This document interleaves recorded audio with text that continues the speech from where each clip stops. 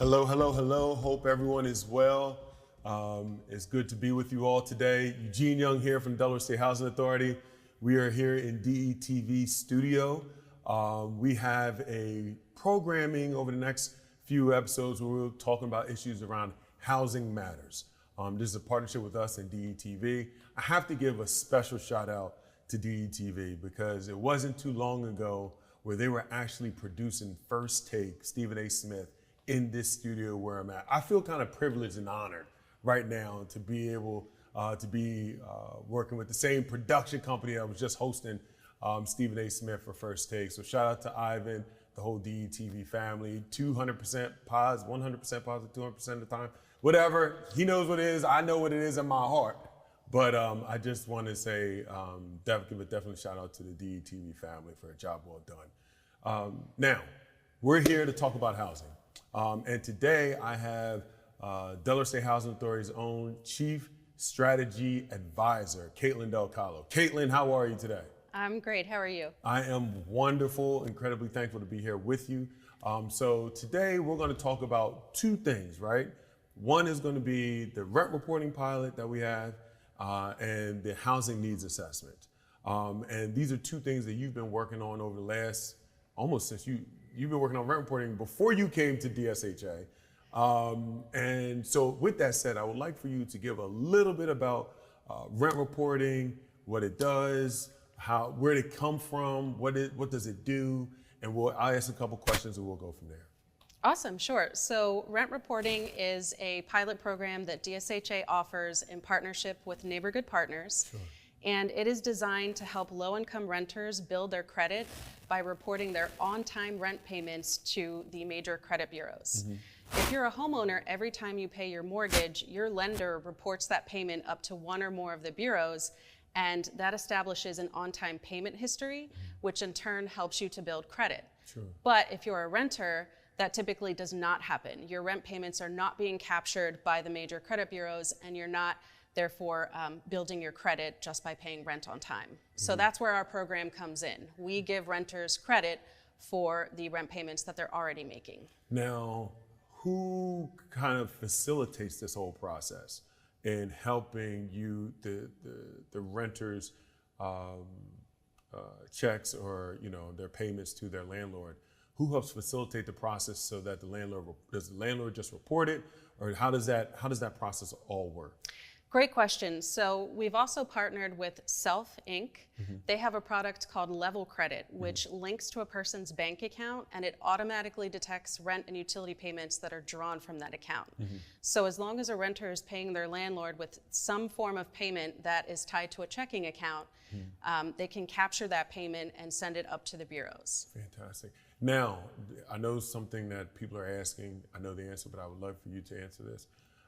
A major part of this as well is what happens if you aren't able to submit on time? Does it now negatively affect your credit score through the rent reporting process? It does not. So Level Credit only reports payments that it can find for that given month. So if it can't find a transaction that month, no information is sent to the bureaus. Really? So this is, let's be clear, this is not something where you will be negatively affected. If something catastrophic happens, you're not going to lose points on your credit score because of this program. This is only here if you're doing well and you're paying on time. Your credit essentially will get some type of bump because it'll be seen as positive reports on your credit score, correct? Correct. Okay. Only on-time payments are reported. Got it. And now here's the next question. What have been some of the results of this rent reporting pilot? Sure. So right now we have about 133 renters across the state of Delaware who are participating. A majority of those folks have had a positive score increase since joining. And of those folks, we've seen score increases in the double digits and even for some folks in the triple digits. Hold on, time out. So you're telling me that some people have scored 10 points higher, 50 points higher, 100 points higher, correct? Yes. 100 points higher. Yes. So this is the difference between someone paying higher interest percentage point. This could be the difference of someone paying a higher percentage point for interest for their car loan or a future home, or essentially paying more or someone paying less, making sure that they're able to take advantage of this rent reporting pilot. Absolutely, that's what it's all about. Wow. It's about helping people improve their credit so they can access financial products with lower interest rates and be financially empowered. Fantastic. So the next point I like to ask is, this rent reporting pilot is something that we've been trying to get people involved with for a while now. We've had dinners. We've had dinners in many different areas of the state, just saying, come on out, join this rent reporting pilot. We're trying to see how this works so that we can get more people involved and engaged. So my next question is, how can people get involved in this pilot so that they can take advantage?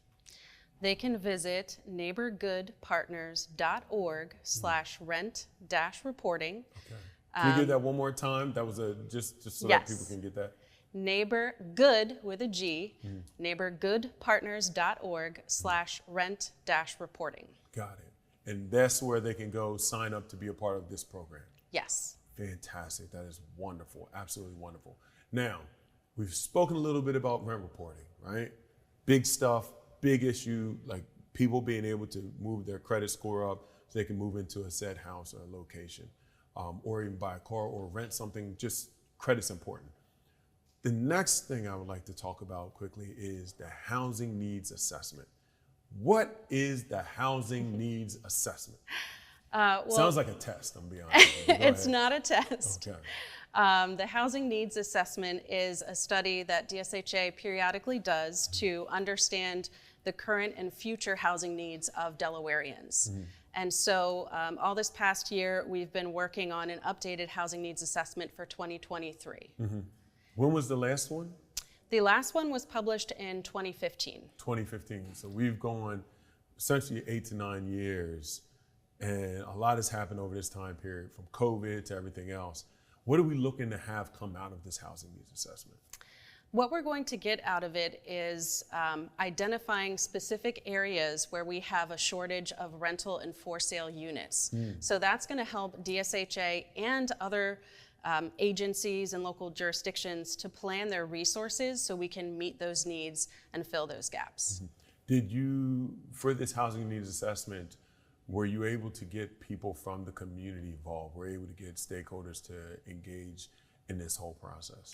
Absolutely. We did 2 rounds of surveying. One round of surveying was a statistically significant sample, which allows us to... Tongue twister. Significantly simple sample. Well, yeah, go ahead. Yeah, so a statistically significant sample allows us to make generalizations about how the average Delawarean experiences housing. Absolutely. So that sample yielded over 500 responses. Fantastic. Then we have a separate snowball sample, which was over 2,100 responses. So collectively we had 2,600 people take the survey and give direct feedback about their housing experiences. Sure. And so we're getting this information, we're ascertaining this information so that it can help in us designing and deciding where to allocate resources moving forward, where to work with developers, where to work with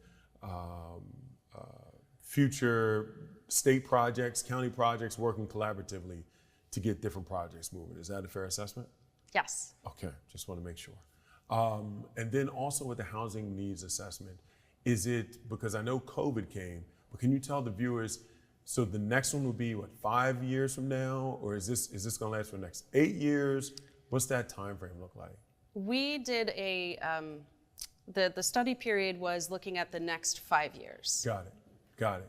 And so we're looking at the next 5 years, and then last question, how can people, before we unveil this, or as we unveil this, how can people get involved in this process to learn more, to get more insight, to be able to even provide any feedback, knowledge that they may have? How can someone get involved in this process? They should absolutely visit our website, destatehousing.com, and follow us on social media. Okay, because we have something big coming. We do. So please view our website at destatehousing.com. I just want to thank, and I do this in particular to all the people of DSHA, Delaware State Housing Authority, and all the people working in housing, period. I think it's important for us to thank them for the work they do. Caitlin, I thank you for all the work that you've been doing. You've been out with us almost 2 years, a year and some change. A year and change. A year and some change, so heavy change too, so almost 2 at some point in time. But I just want to significantly thank you and thank all the other workers at DSHA and the 4 other housing authorities. And also recognizing that we have even more work to do. So I want to thank you, and I also want to thank you, the viewers, for being here today with us. This is not the last, it's not the first and last. We're going to be arm in arm, shoulder to shoulder in this, so we're going to have another series coming up just to talk about more housing projects, issues, things to make sure the community is involved and engaged in. And so I just wanted to say thank you. I appreciate everyone for joining us. Thank you for DETV for helping us to host this Housing Matters segment. Thank you so much. Have a wonderful day.